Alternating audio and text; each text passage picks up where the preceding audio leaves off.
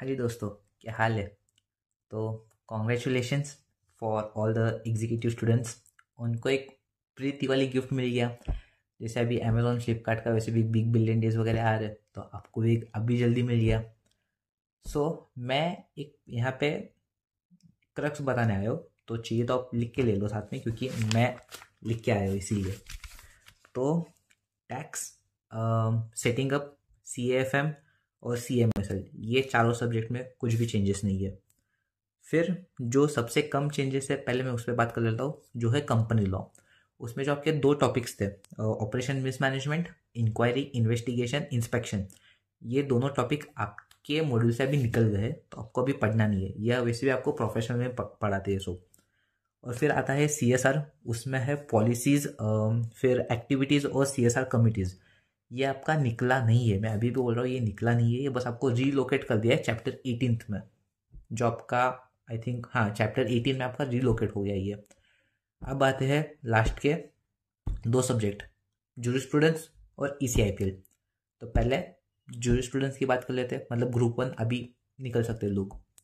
तो जूरिस्प्रूडेंस में ऐसा है ना कि SOGA, sale of goods act, registration, stamp act और स्पेसिफिक रिलीफ एक्ट, ये चार आपके निकल गए, तो आपको पढ़ना नहीं है। अगर किसी ने पढ़ लिया है, जो कि आई थिंक पढ़ लिया रहेगा, तो उनके लिए थोड़ा इजी है, क्योंकि अब वो फिर से उनको रिवाइज करना नहीं है उस पर।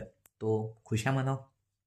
फिर अ, आपके दो टॉपिक्स है, कॉन्स्टिट्यूशन और आर्बिट्रेशन। कॉन्स्टिट्यूशन पे दो टॉपिक्स उन्होंने निकाल दिया है, जो कि है finance bill, parliamentary committee and उसके रूल्स। ये वहाँ से निकल गए हैं। बाकी कुछ भी चेंजेस नहीं है, तो बाकी पूरा पढ़ के जाना है। Second thing, arbitration and mediation वाला टॉपिक। आर्बिट्रेशन में आपको power of high court to make rules and mediation rules made by the high court, ये दोनों टॉपिक निकल गए हैं। ठीक है। सो JIGL इतना ही चेंजेस, और कुछ भी नहीं है। तो वो चार एक्ट निकल गए हैं। कौन से? SOGA, relief act, specific relief act, stamp act और रजिस्ट्रेशन एक्ट, ये चार निकल गए। और कॉन्स्टिट्यूशन और आर्बिट्रेशन में सिर्फ दो दो टॉपिक, अंदर के दो दो पॉइंट्स निकल गए, बाकी सब है जैसे सेम है। आपको फिर से बोल रहा हूँ, कॉन्स्टिट्यूशन आर्बिट्रेशन पढ़ना है। अब ठीक है, मैं पहले ECIPL पे आ जाता हूँ, फिर मैं एक थोड़ा ओवरऑल गाइडेंस दे दूंगा। ECIPL में ECB, एक्सटर्नल कमर्शियल बोरिंग, आपका पूरा निकल गया है। सो कॉन्ग्रेचुलेशंस। और आपके जो फिर फिजिटिव इकोनॉमिक ऑफेंडर और बेनामी एक्ट, ये आपका भी PMLA, मनी लॉन्ड्रिंग में कंबाइन हो गया, मर्ज हो गया। तो इसमें कुछ चेंजेस नहीं है। तो आपको मनी लॉन्ड्रिंग जब आप पढ़ोगे ना, तो आपको ऐसे ही लगेगा कि 3 टॉपिक्स की जगह आपको सिर्फ अभी एक टॉपिक दे दिया है। और ECB निकल गया है, तो आपके 20 टॉपिक है, तो उसमें से अभी आपको मतलब 20 चैप्टर्स हैं, तो अभी आपको 19 चैप्टर्स पढ़ना है। दैट्स इट, बाकी कुछ भी चेंजेस नहीं है। ठीक है। हाँ। तो अभी कैसा है ना, अभी एक साइन ऐसा भी है कि ICICI यहाँ से आपका सिलेबस कम कर रहा है।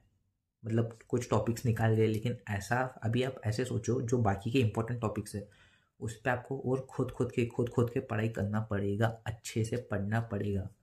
आप अभी ऐसे नहीं बोल सकते कि वो ऐसे भी कर सकते कि कुछ माइन्यूट वाला पॉइंट आपको दे दिया, तो उस पे से भी क्वेश्चन पूछ सकते हैं।